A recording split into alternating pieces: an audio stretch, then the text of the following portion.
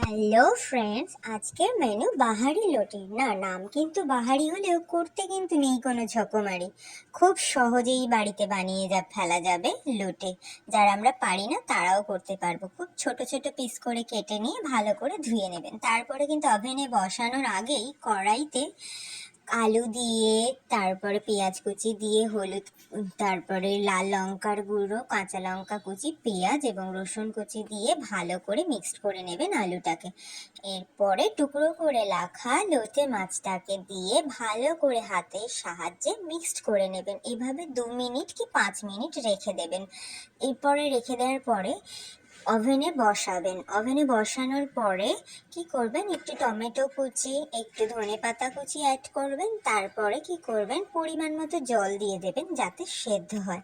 এভাবে ঢাকা দিয়েও দিতে পারেন, না ঢাকাও দিতে পারেন। দিয়ে 30 মিনিট রান্না করার পরে তারপরে ঢাকনা খুলে তৈরি হয়ে গেল বাহারি লটে। Tata, by.